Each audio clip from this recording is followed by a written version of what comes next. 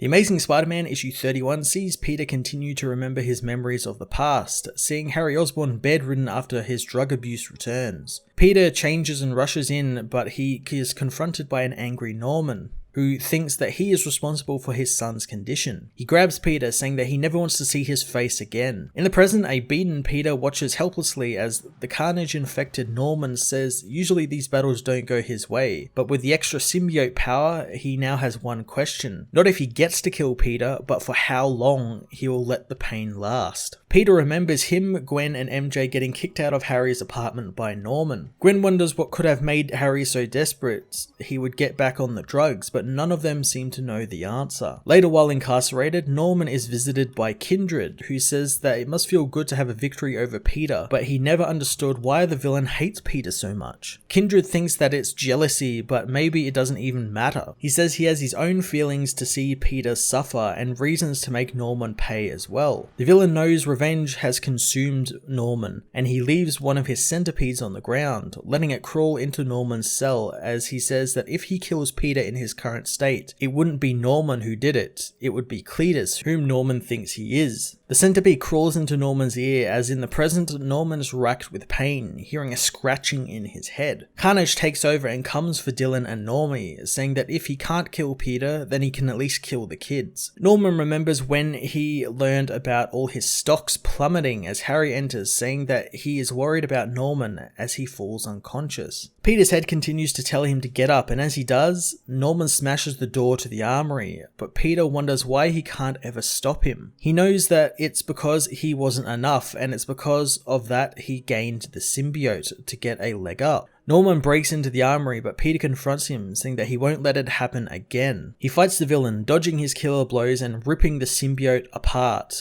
beating Norman down. Kindred says his goodbyes to Norman for now, but knows one day they will all be ready to face the truth together. He can't wait to show Norman that none of this was actually worth it, and he achieved nothing from his battle with Spider-Man, but until then, Norman will be left to rot in jail. Norman, however, speaks up, saying that he's got something for the villain. He says that he hears voices singing in his head, and one of them has a message for Kindred. The voice is that of Norman, who says that he wants Kindred to know that he is glad to see him, but also that there is nothing Kindred can do that can make him think that it wasn't worth it, since it was, and everything Norman did served a greater purpose. The voice wants him to tell Kindred that he is so proud of him, as Norman bursts into laughter, making Kindred leave. The Amazing Spider-Man issue 31 didn't really add much to what we already know about the relationship between Peter and Norman Osborn and the symbiotes. It really was total filler for the Absolute Carnage event, and yeah, it's cool seeing Peter reminded of his past and his failures and how he refuses to let his past failures define who he is now, but it's been done so many times before. The book was obviously tied into the Absolute Carnage story, so there really wasn't any big thing that they could do this issue, so Nick Spencer just had to kind of go with it. The stuff with Kindred, however, was pretty cool, and I'm liking the development they've been giving that character, so I'm looking forward to seeing more of that in future issues. I'm going to give this issue a 5 out of 10.